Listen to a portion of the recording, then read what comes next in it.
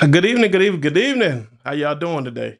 Listen, today is a wonderful day. I know you guys last week we didn't have a show because the air conditioner that was in Summer Coast Studios, but we're back. We're up. It's good and cool in here.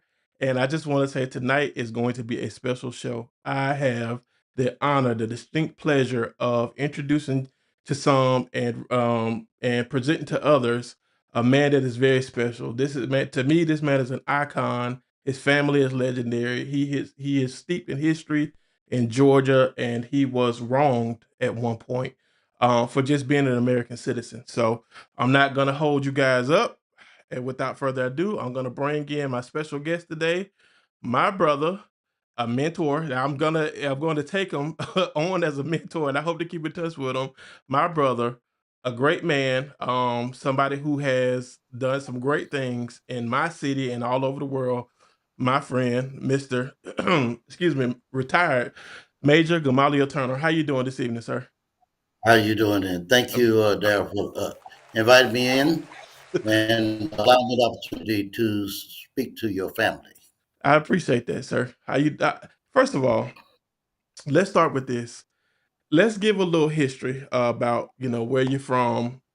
Your how do you get to the place that you get to? Because we're going to talk about something that's kind of deep and it's kind of it's very troubling. But we want to get all the pleasantries out of the way first before we get to the deep stuff. So please let the people where you're from and how you came about and how did I come to know you? Well, it's simple. I am a Georgia resident, born and raised right here in Georgia, and I think for the content of tonight, we need to preface that by recognizing born in the '50s in the segregated South during the era of Jim Crow. Yes, sir. Right there in Atlanta at Fort McPherson Hospital, uh, and grew up. Went to Turner High School, Frank Hill Stanton Elementary School, Turner High School. From there to Fort Valley State. Okay. Yay, Wildcats, go Wildcats. Go Uh, Hawkeyes. and was commissioned out of Fort Valley. Oh, okay, And okay. and straight from Fort Valley to Columbus, Georgia, Fort Benning. I am retired now, retired major. I was 11 Bravo, which is an infantry guy, airborne Ranger trained. Wow. Uh, that's it, and retired up at Force right back in my beginning. So, cause you were telling me off air that you were the first black born at Fort McPherson. Yes, again, point of reference, segregated South. Right. Uh, we did not have many opportunities. It was only because my mother uh, was having an emergency birth, and the closest hospital for her was at Fort Mac because Wow. we lived right there off of today Martin Luther King, then Hunter Street. So we were, 2.5 miles away versus trying to go to Grady or Hughes Fallen at the time. Wow. And just to be clear, and I want everybody to understand this, him going from being the first black born at Fort McPherson to now a black man owning all of Fort McPherson is just something just mind blowing. It can only be a God thing that we can have something like this happen. So, A lot could happen in a very short period of time, and right. that's the piece that we have to recognize. Right, right, man. So we're going to talk about how I got to know who you were. Now, I'm from Columbus, Georgia. You live in Columbus, Georgia. You have I had the okay. I love YouTube. I'm always on YouTube. I'm a truck driver. I drive from where I live to Indianapolis and back forth every day. And so I'm always watching a podcast. I'm always watching a video. Always trying to learn something. And so, yeah, I just so happened, I'm telling you, it's a God thing. I just so happened, and because I had never heard anything about what was happening. I'm here for my people. I love my people, and I want my people, black, white, everybody. I want everybody to advance as much as possible. But I was on YouTube and I saw these. I saw an interview with a man named Greg Palast. Okay. He's a forensic journalist, and he goes and he looks at things from a different perspective than other people get to look. He goes into the nitty gritty. And I came across this documentary that has a lot of great people involved called Vigilantes Inc. And this Yes. documentary was centered around voter suppression from starting in the state of Georgia and spreading abroad. So Georgia, for all those who don't know, has a law, SB 202. It's 98 pages of a law that says XYZ, XYZ, whatever, whatever. We're not gonna get into the gory details, but there's one particular part that this show tonight is centered around, and that's how you came into play. So tell me how SB 202 and everything else came to affect your life. Well, here's, again, like I said earlier, uh, military was working for the government as a contractor, and had actually retired. This is how God works. I was taking care of my mother. She had passed. I was retired, and I received a call from the Navy. Know nothing at all about the Navy, and they asked me to come out and work with them, to give them a year. And I said, no problem. Only one thing: get in touch with them and let them know that I know nothing at all about the Navy. Uh, can't even just can barely spell Navy, but if they're still interested in me coming, uh, I'll come. Now, Mhm. mind you, I was trying to be a little, flip it with that, and surprisingly, 2 days later, uh, got a call back that says it's not important for you to know anything about the Navy. We need you, Okay. and and the primary reason, my specialty on the other side of being in the military is capabilities development for the future. So they were going through their transition. They did not have anybody qualified to do that. So I accepted, the position out in California, Port Hueneme. And surprisingly, it's amazing how God works. A lot of people go, oh, I'm going to California, making movies and do all of this stuff and, you know, Hollywood, blah, blah, blah. But I went out to serve the country. Right. Uh, and I am an avid voter.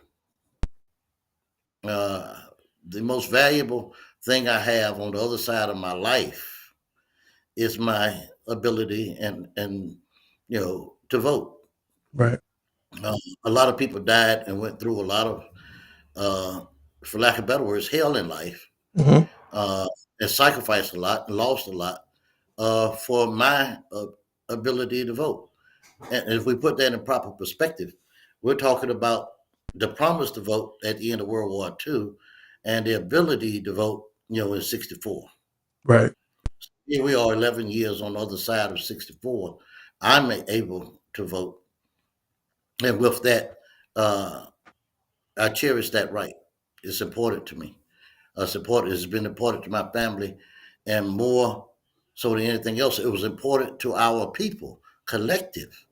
Uh, you know, having been there when the black man and the woman were told that you can vote, having lived during the time when Martin Luther King died for our civil rights and trying to lock in our ability to vote without duress. We could Right. vote prior to, but it was not without being duressed. So while in California, sending in, it all started with the absentee ballots. Obviously, I could not vote in person, so the first thing I did was put in the absentee ballot. And to make the story a little shorter, first time I voted, coming up to the general election, no problem. In the local election, uh, the primaries, I started to have problems with my absentee ballot. The general election, I had problems with my absentee ballot. And for the runoff between Warnock and Herschel Walker's, when all of a sudden I find out that I'm challenged, Mm.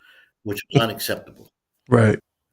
And that's the genesis, a little bit of recognizing or exposing, not only to the United States but to the world, that something was going on in our voting system. Mhm. And I will tell you, for everybody that think that they know something about the voting piece and parts, whether or not Trump was hollering about his election was stolen from him, and demanding, from Governor Kemp, where my 11,780 votes, Hmm. all the way up to the 2,000 mule of people of color stuffing the ballot boxes, people voting twice. Uh, that was not us. Right. It's not us. But you could say things long enough and loud enough to where people start to believe it. Right. So, but that for me, it began. This whole journey began with that one single vote. Hmm. And I remember that election, when, because a lot of people was blaming, Herschel coming back. Now, y'all can see I'm a University of Georgia fan. People were blaming Herschel for living in Texas. You know, he was basically a plant here, in the state of Georgia. He came, back to Georgia to run to, make sure the people on the right, left, whichever side you want to look, people on the right were able to secure the Republican seat, the Senate seat in Georgia. But we're going to talk about all of that in a few. So the Voting Rights Act of 1965 was specifically signed into law to stop racial discrimination. Now, you, sir, you're okay. So let's talk about your history with all of this. Now, you said you were born in the 50s. Now the Civil Rights Act came about in 1965. Well, they talked about it from 64, but it finally got signed into law in 1965. And so your family, your dad, Reverend Harold Turner, he's still around, by the way, because I know we had a Yes. conversation earlier in the week about prominent figures of the civil rights movement being around, but we have to include your dad in that as well, because Well, I because appreciate we have to include him. He was one of the founding members of the SCLC. Your dad, Reverend Harold Turner, and you guys lived in between Dr. King and the Abernathys. Am I correct? correct. Dr. King, Reverend Ralph David Abernathy, C.T. Vivian's, Wimby Holmes Borders, Julian Bunn, Maynard Jackson, all lived in the same community. When I say the same community, if it was not within houses of each other, it Right, was less than 5 blocks from each right, other. So right. everybody was within walking distance within that neighborhood. And I need people to understand this happened literally in the 1950s and 60s. My mom was Correct. born in 1960. My dad was born in 1968. So by the time they came around, you and your family had already done some heavy lifting to get us to the point that we could get to today. Okay. I don't want anybody to gloss over that. I want people to understand that everything that we're talking about is something that we're rehashing that was supposed to be done back then, and it was supposed to level the playing field. But this conversation that we're having tonight is going to prove that the playing field was leveled, but you always have those that want to cheat. You always have those that want to try to take and make it lean in their favor, more to speak. So, but for you, like you said, you went to work in California, on a naval base, and you were trying to do what you've always done because you understand the importance of voting and our voice in voting, because that's what voting is. It's our voice. And I try to tell people, if your vote wasn't important, they wouldn't do so much to try to keep you from doing it. Um, Amen. so and it matters because technically only half the country votes. You have certain people that do not vote for various reasons, but those that do, the half that does is the one that really cares about their neighbor or don't care about their neighbor. Okay, so but you were trying to vote and you were doing it like you always do. And there's a man and Columbus, Georgia, Muskogee County. I want you guys to lean in, and I want you to understand what I'm saying is not a lie. This is not a fallacy. This is absolute truth. And I'll put the link in this. I'll put the link in this video so you can go and see the movie for yourself. The movie is called Vigilantes Inc., starring our brother, our good brother right here. This man in Columbus, he's still around if I'm correct, right? Yeah, he's still around. Okay, he's still around. So I was watching this video, and first of all, I was shocked that it was happening in my hometown. I'm like, wow, okay. Um, but there is this man in Columbus. He's the chairman of the Republican Party. His name is Alton Russell.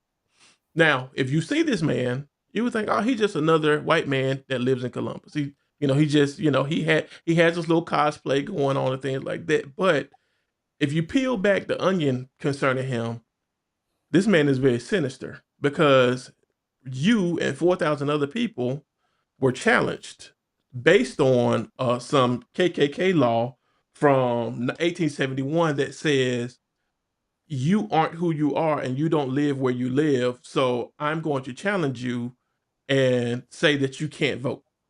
Am I right so far? You're hitting it, you're hitting the nail on the head. Okay. But you have to understand that their full belief is that even from the Constitution, when you talk about the Great Compromise, Hmm. one, we were never counted as a Right. full individual, as a whole person, uh, for a whole vote, Right. and you had to be a property owner. Right. Uh, Women could not vote. Blacks were not property owners, so only the white man was a property owner. So it goes all the way back to our founding fathers. The only argument about the Constitution was, how do we count the slaves? In recognition that all men are created equal.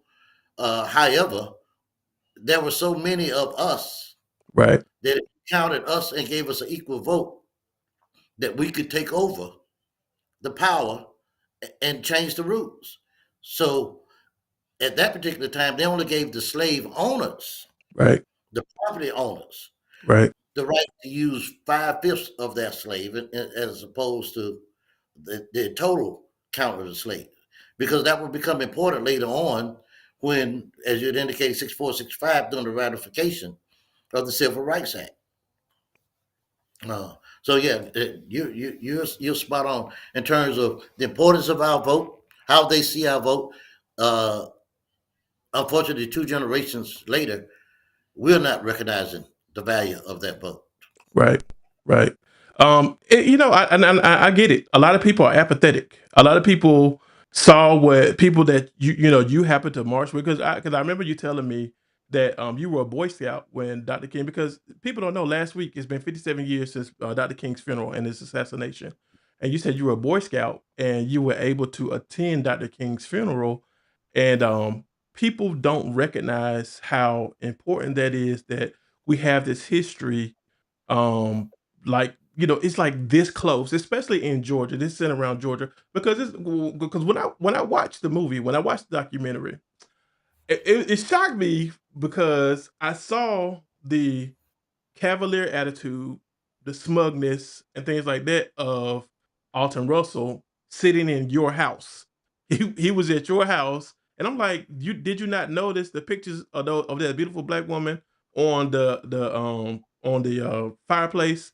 Did you not notice, where you were coming? He came in comfortable as if he owned the place. And you and I both know he doesn't own the place. And I was just like, this guy, this guy's amazing, and I mean, basically came in like he owned it, and so that mindset, I know it has to be. I make a joke. I'm like, man, it must be good to be a white man, a rich white man in America, because you did like this. The attitude that he had was, you were there, you experienced it. Well, So I'm gonna let let you talk me, about it. you said I was there. Well, first of all, I had to get there. Okay, Uh, get there, and that Greg did not tell me uh, until the last minute that he was going to be where there. that we were going to do this piece. Wow. And for your audience, before we get too far, Vigilantes Inc. Again is the documentary that we're talking to. But here was the problem with Alton Russell. Uh, I would say collectively, we're not supposed to know. We took what we saw in that documentary to be what it was, and it was a sight uh, to absorb. Hmm. But here, but here's my assessment of it. Let me add something that might not come out in the documentary. I talk about not being a fool in the documentary, and that you talk to fools like that early on in the documentary. Alton Russell being in my house and playing stupid Hmm. uh, was not a mistake. Right. He thought once again that he had a fool. Right. You see, Alton Russell was the chairman of the Republican Party during that time frame. Hmm. For all intents and purposes, he was the architect of stealing votes Right. out of Muskogee County. Hmm. He had raised his hand to the state Democratic Party and says, we could do that. We could try that in Columbus, Georgia. Right. And if it works in Columbus, Georgia, we could apply that into other counties throughout Hmm. Georgia. And what I'm talking to is challenging votes. Right. So 3,000 votes at the last minute was challenged in Muskogee County, over close to 40,000 up in Cobb County. Right. Let me go back to Alton Russell in my house. You are chairman of the Republican Party in Muskogee County. You know where every vote lies in Muskogee County. You Yes. know how every neighborhood votes in Muskogee County. So coming to my house was not a surprise to you. You knew that this particular neighborhood, Hmm. this particular address, did not vote your way. Right. Right. He's not a dummy. I don't play him for a dummy. I would just ask that he not play me for a dummy either. Right. Right. If you were asked to come to a resident, you in today's world, you're gonna look it up. Yep. You're gonna find out everything you want to know about it. Yes, sir. And I will tell you that's why he showed up in his little cowboy outfit, He did. He did. He did. not knowing that you are depicting yourself just the way we wanted to see your natural self. Yep. He did. So once he got here, no, I was not surprised. I thought that he was being very arrogant, Hmm. and I like the fact that he didn't mind showing America and the rest of the world Right. how ugly they are, Right. but how comfortable at the same time how comfortable they are in doing what they are doing. Right. Uh, you said you thought that the documentary was very powerful. The election is over. That was a pre-warning to the election Yep. of what was happening and what might happen. Hmm. If you notice, since the election, the the underlying factor in everything that we are talking about now is the speed in which they are continuing to change the voting laws. I think it was just last week that Mr. Musk was given access to not Hmm. only Social Security, but also to the state voting registry. Absolutely. See, so we can't be so focused on what the right hand is doing Right. that we don't pay attention to what the left hand is doing. Trump said himself, you may never have to vote again. He said it out his own mouth. And in a very analog way, they're systematically going in and checking how the collective we vote, America votes. Right. And as they get ready to take it to the next level, uh, we don't know what the end result will be. But I will tell you, people of color have never, ever trusted our ability to have our vote counted. Right. Same manner that my vote was not counted. Alton Russell said as he walked out of my house, he said, Mr. Turner, calling my name, but not talking to me. He was actually talking out loud. I am going to find out what happened. Hmm. You know what As if happened. he was talking about the challenge in itself.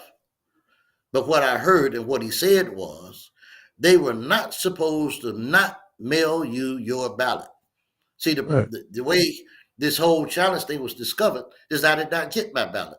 I personally called Hmm. to the registrar's office and says, where's my absentee ballot? Everybody else has had theirs for 5 days.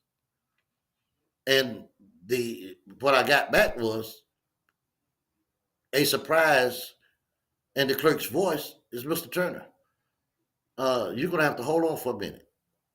And when she came back, I said, what is the problems? She says, I don't know, but for whatever reason, you have been challenged. Hmm. And this is a challenge in between the general election and the runoff election. Right. But Alton said, hear me now, because I want you to know. I want everybody to know. They were not supposed to not mail you your ballot. If they had indeed mailed me my ballot, I would have received it. I would have filled it out and I would have sent it back in. Nobody in Georgia would have known that there was a challenge out there. Right. And I would tell you, even though won the authorization to be able to vote in court for everybody at that time to go be able to vote in court, there were over 50 some total thousand ballots in Georgia at that time. Wow. I could almost easily say, out of that 50, that I was the only one whose vote was counted. Wow. There was no time. First of all, those people in Muskogee County, Cobb County, and the other county did not know they had been challenged, did not know that they had been challenged. There was no notification, nothing. Right. They were absentee ballots. Right. Absentee means absentee completely. Right. You're not Right. physically associated with anything other than filling out your ballot. The Right. ugly piece of it is they never received their ballot. Wow. Wow. Those few that could have gone in to vote, that probably went in to vote because they were challenged, were probably handed a provisional ballot. Wow. But that provisional ballot under their name was challenged. The election has happened. Hmm. Announcements have been made. And Warnock barely won that election over Herschel. Yeah. They did. And we ask ourselves, how is it that the race could be so close between Warnock and, and Herschel? Right. And just a little bit, since we talked about Representative Warnock, for connectivity for you and your audience. I'm going to ask you so that it stays with you. Do you know what Warnock's middle name is? No, I know his name, first name, Raphael. What is it? Gamaliel. That is amazing. And not only that, he pastors the church that you guys had. I mean, you had close Yes, relationship with. He pastors yes. at Ebenezer. So we talked earlier about connectivity Right. and how the Lord works, Right. and the little signs that are laid out with him. Yes, it's Raphael Gamaliel Warnock. Wow. That is amazing. But so you mentioned Cobb County. Now, Pamela Reardon, okay. She was in Yes, this documentary, right? And I'll say she was funny to me. She was the funniest. She was to me. She was funnier than Alton the Russell, Alpha. simply because this lady is Canadian. She's Canadian. She moved to the States however many years ago, and she personally challenged 40,000 votes. She knew nothing about these people. She knew nothing about she knew nothing about where they lived or anything like that. This is a lady who wasn't born here. She wasn't natural born American, but she came here across our borders and assimilated to Republican ideals and made it her business in the state of Georgia to challenge people's votes, which anybody who knows anything about history or America doesn't hide anything. Excuse Yep, me. I'm like, how do we have anything in here America that's kept to ourselves? They keep certain things to themselves, like an apology for slavery. That's kept to yeah. themselves. They're not gonna ever. I don't think that we're ever gonna see it in this lifetime where they'll say we apologize. We know we did this. But Pamela Reardon, did you have an opportunity to meet her throughout this No, ordeal? but believe it or not, her statement, her actions were not permissible in the court Oh, filing against True to Vote. mhm, See, I went to court not only to get the right to vote then, but in 23, 24 time frame, uh, Mark Elias, who was Kamala Harris's lawyer, mhm, uh, represented his law firm represented the state of Georgia and the voters in Georgia mhm, again to the vote out of Texas, the group that provided the list of names. And for your audience, let me tell you where that list of names came from. It's important to know since we're trying to educate for those that have not seen the documentary.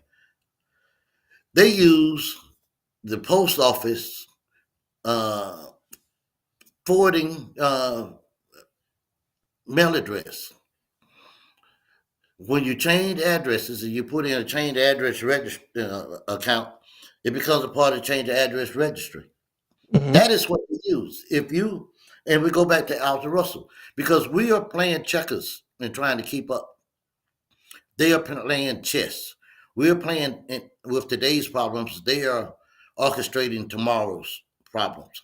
mhm, Uh, so they use the change address register, and you in 2024, 2025, it doesn't take much to get that, digitize it, sorted by name, sorted by district, sorted by who votes which way. mhm. And she took that, as she stated in the documentary, the Excel spreadsheet Right, that was given to her. Didn't read it, uh, put it on thumb drive, put it on the thumb drive, and took it down and said, here you go. right, You said she was Canadian. They used the change of address register. And there's a lot with that too. But took it down. Cobb County says, yes, we will allow you to challenge inside of the window of voting that you're not supposed to be able to challenge. See, if they were going to do this challenge, this should have been 90 days prior to the general election. right. We're challenging inside to see if it works Hmm, uh, in between the general and the runoff because things go 100 miles an hour there. You don't pay attention to what's going on. But in doing so, here you go. Uh, they are empowered. If you remember during that same time frame, first of all, everything counts, everything adds up. They were also breaking into Georgia voting offices, register offices, going into their files. They were doing it analog. right, I keep saying that because I want you to understand that they physically, in the past, they've always physically had to do something. If it was the 60s, if they wanted to get rid of our votes after we voted, they physically had to pick them up mhm, and throw them away. right, In the early 20s, 2000, 21, 22, 23, you still physically had to figure out how to do something. And they were just moving to if we could get into the data banks of these voting machines, if we could get them, then maybe we could do something. What they're accusing us of, we're not in charge of that. They are. right, So here, Pam Withen is with a thumb drive that gives it to an acceptable register, acceptable board, and they said this is acceptable to us. We would take it. It is better to go ahead on and challenge, allow these challenges to go because it's to our favor. right, There weren't a bunch of Republicans mixed up in there. right, They were all Democrats. They were Democrats. They were people of color, right, whether it was blue, black, brown, or yellow. right. They knew exactly who they were. Mhm, mhm, And some of our military folk also got caught up in that. But yes, this was a concerted effort, and it's amazing to me uh, that they so freely in the documentary stated what they did without right, any care or concern. right. I One think thought what it they, is, they saw it, they were sitting across from a white man, and they felt more comfortable with just being their true selves until he confronted them with the people that they hurt, basically. Man, I want people to understand this was targeted. This was targeted at black Yes, people and college students, young people. It was the black yes. vote and the young vote because they knew exactly, for whatever reason, we as black people have always been progressive. We've always, everything you've given us, we have made it and turned it into something that they today still want and have. But I think when they sat across from Greg, and Greg is the type of person, from what I can tell, you know him, I don't. He seems to be the type of person that's very easygoing. He's gonna ask certain Yes. questions. He's gonna ask it a certain way, and he's gonna He's allow you. He's Columbo gonna style. hand you the rope, and you're gonna hang yourself. Yes. That's the type of person. He's a There's a journalist, Columbo style of investigation. right? So yeah, he makes them very comfortable, and then he hits them in the face. Uh, we had talked a little earlier. What are the major? You have Atlanta, and you have Muskogee County. In terms of county, you have Fulton County, Muskogee County, Cobb County. The vast majorities of the blue vote that's going to make a difference in an election is going to come out of those three counties. Right, Uh, so that's why there was a focus.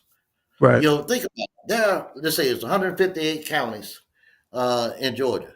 If Mhm. you were able to challenge 3,000 votes in each county, you still talk about a 500,000 votes. Right. If you have noticed, every time that they talk or reach into, whether it's SB 202 or any of the other most recent laws, or just a review of the voting files, the number ends up being about a 500,000. Mhm. If they're looking at a 500,000 votes one way or the other, we have to recognize that they're trying to take a 500,000 voters, us, off the rolls. So Right. we can't afford to allow our friends and other families to sit any election out. Right. We as a people should not be sitting any election out. You want them to recognize you as equal. You want to really see them run in fear. Push everybody to talk out loud about not being denied their vote. Right. Every vote counts. Every vote counts. It was my one vote or desire to vote that laid waste to all of this voter suppression that we're seeing all over the country. They were able to be successful in Muskogee County Yep. because we're a little sleeping hollow. Right. We Right. allow things to be, and that's why nothing has really changed in Muskogee County in the last 30 something years, Right. because everything's okay. You don't push to the left, you don't push to the right. Everybody's fine. You don't bother me, I don't bother you. Right. And we should start, not we, you, the youth, the youth, the under 40 group in Muskogee County needs to stop complaining Mhm. and go out there and take over. This is your county. Yep. You can't say my town, my this, my that, my this, my that. If it is yours, then do something about it. If you don't like the crime that's in the city, you don't like how the police are doing, you don't like the mere fact that no industry is coming here, you don't like that all the growth is on the north end, you don't like that there's nothing on the south side, stop complaining. Get off your butt. Go vote. Start showing up in some of these at the NAACP, the Democratic Muskogee Democratic Party meetings. Get involved in your community. Start taking your butt to church. Yep. We've got to go back to we have to have a foundation. Right. All of this hollering about, well, we're going to do this, we're going to do that. If you're not together as one, if you don't have a base foundation, you've already failed. Mm. You've Wow. already failed. Wow. Let me go back for a second, to the earlier times in the video, 'cause I wanna talk about, George Ryan's in a few. In the video, they were giving a bit of history about your dad, your grandfather, Dr. King, the Abernathy's, everybody in Atla anybody who knows anything about Georgia knows all of the civil rights names, and, but you guys had, like, It was amazing, and the first thing I said, "Oh, this was like you guys had like a modern day at the time, Underground Railroad and system to have meetings and things like that, and for the people." His father is still alive. You said your dad is what, 95? 95. 95 years old. So your dad is still alive, and this still is this man has wisdom, knowledge. I've never met your dad. Now, hopefully one day I might get a chance to meet him. But there was this one lady, I forget what her name was, but she was 92 years old, and her vote was snatched away from her, and she lived in the same house the last however many years, based on what Alton Russell and people like him and Pamela Reardon did. Could you tell me about, because she was Dr. King's cousin. I can't remember her name, and I Yes, she was apologize. Dr. King's cousin. Yeah, she And, was Dr. and, King's and, cousin. and you just stole that from me too. But yes, that was Dr. King's cousin. Uh-huh. And here's what I will give you. Uh, you talked earlier about Pam Reardon, Alton Russell feeling emboldened. Mhm.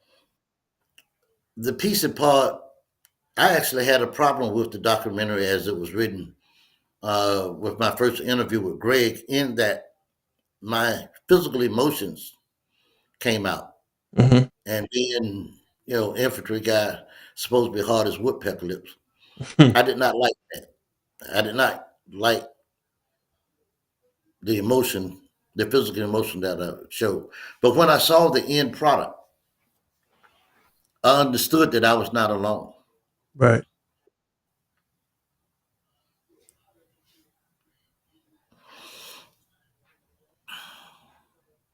There's a certain degree of empowerment and boldness and cockiness with our white brothers that take great pleasure in denying us.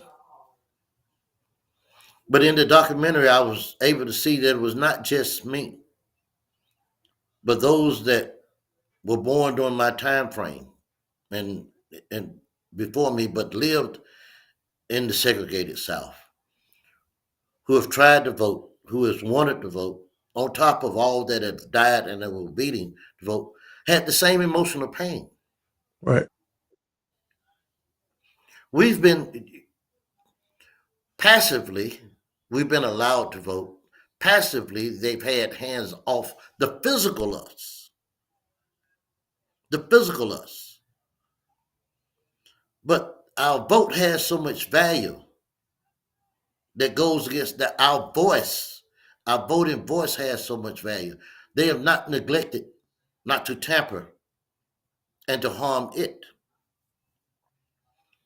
SB 202 and all the laws written on the other side of that took away the ease of voting. They made it more difficult for us. Right. Our precincts are disappearing. They're putting us back in long lines. Right. They're causing us to come up with ideas. Say, well, you need to have voter ID. Well, anybody would say that's not an unreasonable request. Right. It is not collective, but for those that are the youngest of us and those that are the oldest of us, it is difficult. Right.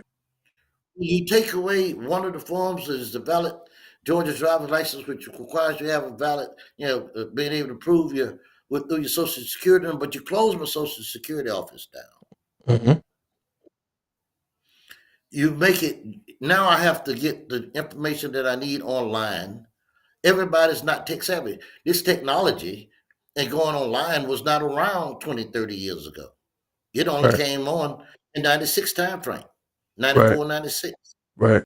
Right. So you're asking a lot of people to do something they're not able to do. Imagine me trying to validate my father's voter ID and registration, even though he's been voting at the same place all this time. His driver's license is probably, even though valid, it's a Georgia driver's license, have expired. Right. So if I have to go back through to get my father registered to vote,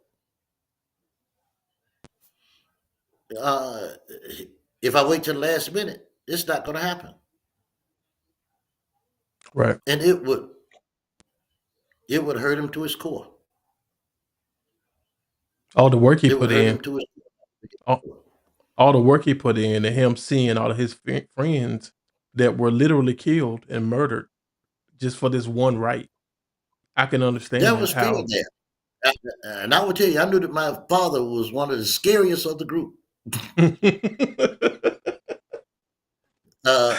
Their connection is they're all Morehouse College graduates Mhm, at the same time. They all went to seminary school there at ITC and graduated there at the same time. They all went out and to their separate churches, either in Atlanta or back home at the same time. So, in relationship to the church being a place of gathering during the latter civil rights movement, is because that's where they were ministers or associate pastors. mhm, Uh, and for those, my father did not have Atlanta as his home base initially. He traveled in between Gainesville and Middlesville. mhm. So those were his areas, and we know about those that focused in on the Atlanta Fuller County area or the state of so we had the state of Georgia was wide, but yes, that was fear, and that's why uh, the house that I grew up in was used in the manner that it was used. It Mhm. was easily accessible. It was close, and you could go for a walk and disappear and end up at a meeting place. But anytime they had meetings at the churches, uh, or of any outside of their little enclosed group, there was fear, Right, and rightfully so. right. What does history tell us? Bombings, Yep, assassinations, yep, just straight out accidental deaths, right, some of which the public, the general public is not aware of. But there were always constant threats. It was nothing to be pulled over for no reason at all. The driving while black is just a continuation of back then. right, right. So we have never been looked at as equal, and we've never been treated as equal. And I don't know why so many of us think that we are when we are not. And so we're having this conversation now, and people may say, "Well, why does this matter now? The 2024 election is over with." Yeah, but 2026 is right around the corner. And there are bills that are being passed or floated, like the CARES Act, where the federal government will make it even harder, not just for Black people to vote, but women to vote. It seems as if, though, our current administration is literally trying to take voting back to rich white landowner white men. That's exactly what it sounds like. Elections. This current election was just bought. It was bought and paid for because somebody wanted to avoid going to prison. But we're not talking about him right now. And then the other person who bought the election, he wanted to avoid uh, not getting investigated. So Yes, the CARES Act right now, and people, and I want people to be involved, but I also want people to be aware. You know, the name of this episode, "My People Are Destroyed for a Lack of Knowledge." Now, Hosea 4:6, it was talking about something else, but I just used that as a title. I don't want my people to miss the opportunity to do what it is that they need to do based on ignorance, because you have a willful ignorance and you just got a natural ignorance, something that you don't know. Every chance and every opportunity I get, I'm going to shake the gates. I'm going to shake those cages. I'm going to make sure that this squeaky wheel is getting what it is that it needs in order for everybody. Because all we're asking over the last, from the civil rights movement and beyond, from Jim Crow, from the end of slavery, all we've ever asked for in America is equality, treated like a human being. There's no reason why you had to leave, because you said, because I think you had like 2 days to make it back to Muskogee County in order for you to get your ballot. Am I correct? It was like 2 days yes, before the election. mm, yes. It's that important to me. Everybody does not have that opportunity, Right. and if you could tell, uh, a lot of emotion there. I would like to see our youth. I would like to see all the quote unquote influencers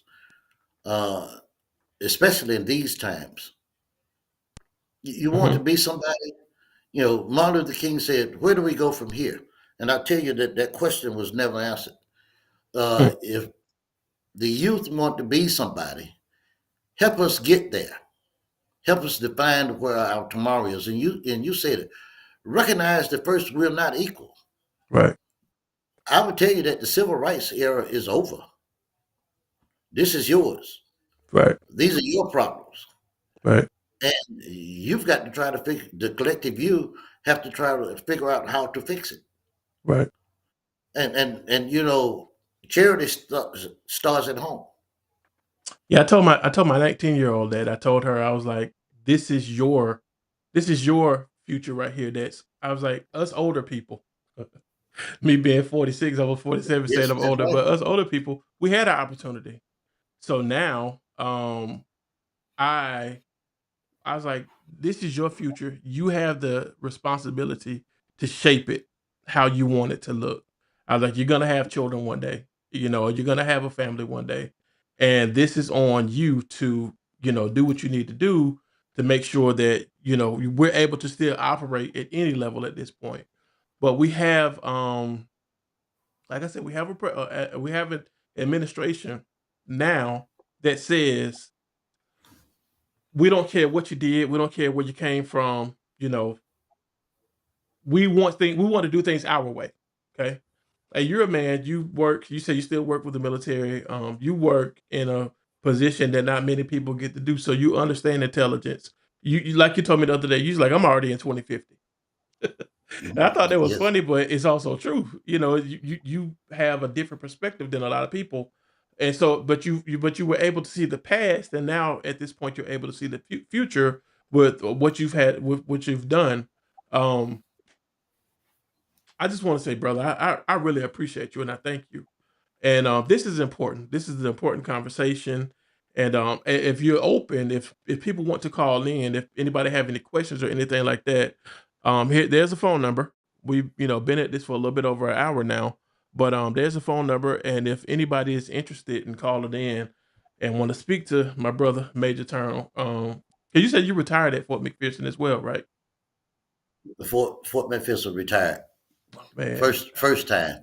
the first time. Yes. I've Because been back and forth. you a Georgia boy I've through and been back through. and forth, but I will tell you, my care concern was for, I have children in the military. Hmm. Well, at least I have one child that's in the military now. She's an officer in the military getting ready to go up in the DC area. And I have a son that's retired. So it has been about trying to do the best for my children and other people's children and this country. But on the other side of this, I see where it's important for me to focus more on my local community and my state and my people as a whole. Hmm. And that's why I appreciate you so much of trying to get this message out.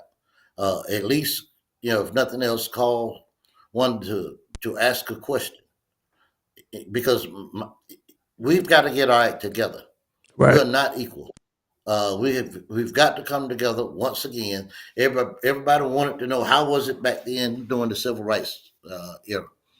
I don't know if I could have done that. Well, this is your era. This is your time. Right. And my question now, to the masses, are what are you going to do? Because you're not equal.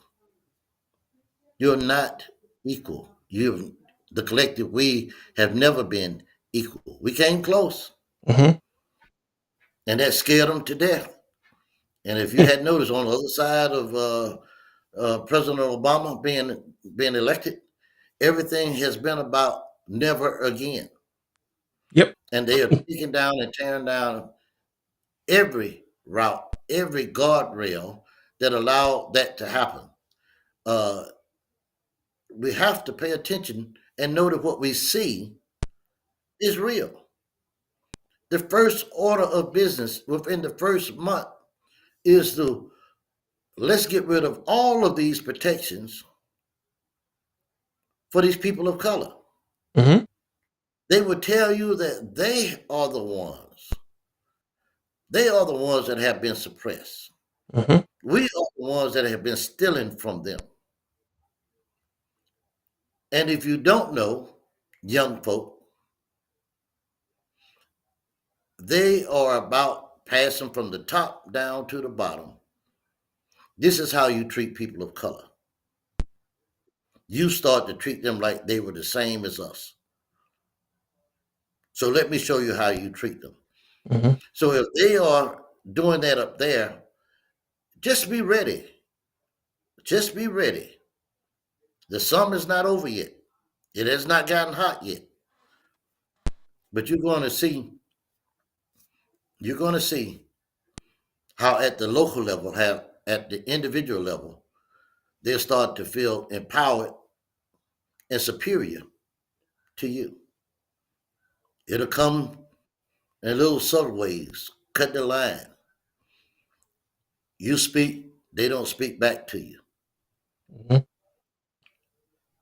Equality or inequality when you get ready to pay for stuff. Being totally ignored when you go to buy stuff. And worst of all, being threatened to have the police call on you because you had the nerve to disagree with them. It's coming. The Marvin Gaye used to say, people get ready. Hmm. And my question to you, are you ready? Well, I mean, and now we're at the point where it's on us. It's on us. We have to, like I said, we have to rattle the cages. We have to stand up. And as Black people in America, everything that was supposed to be for us, the vast majority of other people benefited from the civil rights movement to affirmative action and things like that. None of us. Now, I'm not. I was listening to Roland Martin the other day, and he said something that was amazing. And I never thought about it from this perspective. He was talking about um, DEI, because all of these are buzzwords now. DEI, woke, all these different things now. What's it, CRT, critical race theory? All these things are buzzwords now, but people that are becoming apathetic and saying, "Oh, just get rid of it, just get rid of it. It doesn't matter. It never benefit us." He was like, "But it did, though." He's like, and all of the money that went out of the federal government in the past couple of years, the vast majority, the Black people got like 1% or something like that. I forget what the number was, but anyway, but it equated to around $10 billion. So yes, in the grand scheme of things, certain programs benefited others, but it's almost like we got the crumbs, and the crumbs were still better than having nothing. Okay, so that's okay. I can get with that. If it goes into the tune of, if it's $1 trillion out there, and we as a people can get at least 20 billion, that's money coming back into our pockets. That's money that we get to use. And you guys, such as yourself, your parents, grandparents, all of these colleagues, did just that. You did what you had to do. Now, we had people who did not care about us at all, yet they were able to sign legislation to help us to say, you know what, this is the best we can do right now. But I don't want anybody, old or young, to get to the point, because I know people personally who had to deal with the attacks over in Selma. I mean, not Selma, in Anniston, in Oxford, Alabama. I know. Um, I'm getting to know you more. I know that your dad. He's still around. Like you said, if this man had to go get his ID renewed just to vote at 95 years old, that's a whole movement within itself, right there. I just don't want people to get apathetic to the point where they say voting doesn't matter, and it just means nothing. That's the furthest from the Let, truth. let, let me give you this because I know you don't have that much time, but here's a little bit that I want. You said that we got crumbs, and crumbs is better than nothing. Uh, That's what if I Roland was said. asked, That's what Roland said. and he's trying to explain a point. Hmm. Uh, you know, I like to peel the onion a little bit back a little further because we only hear, we don't think about what we're hearing. We're not able to put in proper perspective what we're hearing. Hmm. Those crumbs allowed us to buy houses, become homeowners. Yep. Uh, if the government takes DEI out, that means in their contracting world, DEI required them to allow or to secure a certain number of minority contracts. God bless the soul by quotas, which are millions and millions of dollars of contracts, whether you're a veteran or you are black or Asian, Native American, or female. Those have quotas. They have erased that. You don't get a priority consideration. Right. Internally, the all white, the Booz Allens of the world, which they don't like, McDonnell Douglas, they also erased in there that you have to hire within your contract that you're granted a certain number of minorities. Right. If you say, if you show up to service a government contract and all your employees are white, it's not a problem Right. anymore. Right. So when you look at a service community like Columbus, Georgia, against Fort Benning, which a lot of us are contractors, more contractors than there are civil servants, we don't have to be employed there anymore. The only time we would be employed there, once again, are the minimum wage jobs. Mm-hmm. And what is, and I would ask, not you, but those that hear this, what is your assumption of the number of homeowners versus renters in Columbus, Georgia? I would surmise that the number of renters versus homeowners is larger. Well, with the advent of these laws, if you peel that onion all the way back and the things that's happening, they have they're not only reducing our opportunity, but they are sending us back to minimum wage. They're sending us back to a wage at a time when prices are going up, where we'll never be able to afford homes. They are buying up our communities. They're giving us a little bit of money for our property, and we will never be able to move back to those communities. So there are a lot of secondary terrestrial effects to all of this. And how did this happen? Because we did not get out there and vote in numbers. None of this would have been happened. None of the rights, the privileges, the opportunity to go to bed and wake up tomorrow with a dream that can be realized. We are losing. They're still in our dreams too. They're still in our dreams too. So that's how important your individual vote is, and that's how important collective vote is. Mm-hmm. No, I don't tell you how to vote. I would like to think that you will vote in your best interest, but at least register to vote. At Right. least exercise your right. And if you vote one way or the other, maybe at that particular point, if it is not in your best interest, maybe we can educate you. And that's why I appreciate your show to educate your audience on the importance of being Brother, informed. I appreciate you, and that's one thing I do as a responsible voter and an adult. I have friends that children are turning 18, and they post them on social media. I say happy birthday, and at the bottom, go register to vote. And if you're a young man, register for the draft because you have to. There's no use to you, and especially nowadays, there's no use to you getting in trouble being apathetic. Yeah, I know you don't want to be drafted or anything like that, but it's the law. We have to do it. I remember when I You turned will be 18. arrested. Say Any again. excuse. We're going back to any excuse Yep. Any of you excuse. not being in compliance Yep. affords them the opportunity to use that against you. Yes, sir. I was telling my son, I was riding with my son earlier, and I was like, I said, use your turn signal. I was like, use your turn. Everything you do, you try you and we're living in times now where you have to do everything by their book in order to keep them off of you at this point. And people say, oh, well, it's not about race, but it is about race. I'm not putting my race above any. I'm just trying to bring my race up to the same level playing field as anybody else.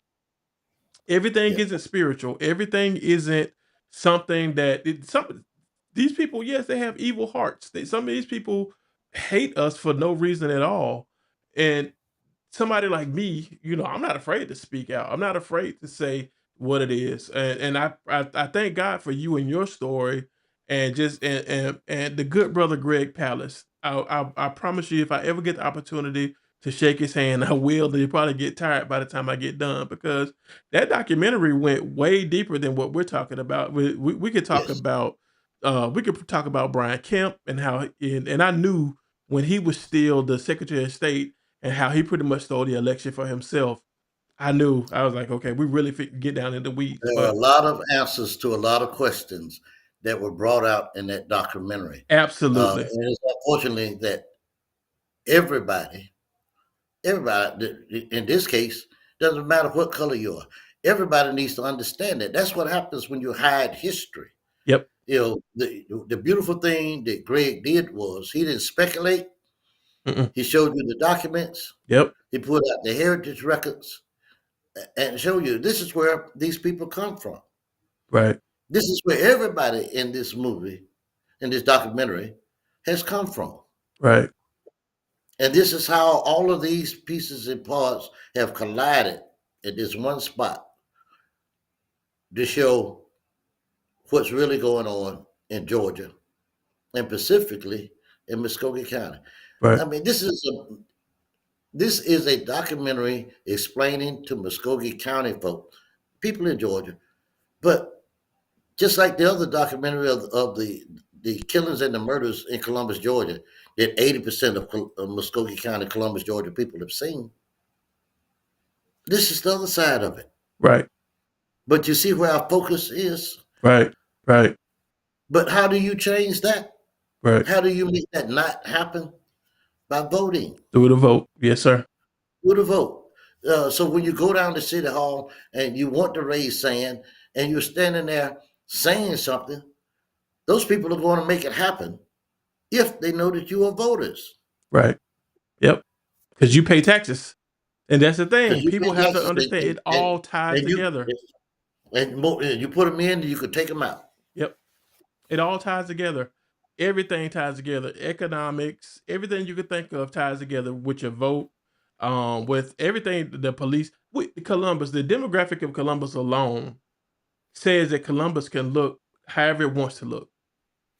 The demographics, but we can't do anything without agreement. We can't do anything with people who want to be apathetic and not get out and participate and do their portion or do their job of voting. Voting is so important. I promise you, the first time I ever got a chance to vote was 1996, and the first person I ever voted for was President William Clinton, William J. Clinton from Hope, Arkansas. I don't regret my vote at all. And as I've grown over the years, I've been leaning more towards independent. But I'm not dumb. I'm not I'm not to the point where I can see what I see and I see what people say and I have to use discernment and I can say, okay, this person doesn't because I try to vote responsible enough, not just for myself, but my neighbor as well, because that's what God would want me to do. He told me to love myself, just love my neighbor just as myself. And if I know I don't want to be attacked on the streets for just being who I am, but I know somebody wants to attack me on the streets for being who I am, then that tells me that I need to do something about it. And the easiest way, that's the best way for anybody to protest is to stand in line and vote. It's illegal now for somebody to hand you a cup of water in the line. It's illegal now for somebody like Greg say to get you a slice of pizza. It's a felony nowadays for people to be able to do that. Yet voter intimidation is still alive and well and It's legal. fine. Two things because I know you're going to wrap up here. Vigilantes Inc. And I'm not talking about the documentary Right, because you hit on a lot of things uh, that people only know the word, but they don't know the depth of it. right. Vigilantes Inc. is the incorporated name of the Ku Klux Klan. Mhm. So in the realm of buzzwords, when you talk about vigilant or vigilante, when you hear it on the news, when you hear it coming out of their mouth, they are talking to each other. They are reassuring each other. Uh, and here we are, we're missing it. We've Right, got to be informed. right, We've got to be informed. And so far as voting, I would like to think that everybody has the opportunity to be an independent. Unfortunately, right now our choices are binary, but the ability to vote for the best person right, is the goal that everybody has. right. It's just that the dividing lines now, even for people that desire to be independents. Uh, there's such a vast difference between them that you don't, there's not much of a choice. Right. It's got down to either vote for your best interest or you vote with the people that that are popular, that are Right. not your Right. interest. But Right. if you just want to be popular, if you want to be a Atlanta Falcon fan and switch to the Patriots because they're winning, uh, or Alabama because they're winning at the time, then so be it. But that's Right. not how you're going to be best served. Sir, we didn't even get a chance to talk about 2000 Mules, which is a modern day Birth of a Nation.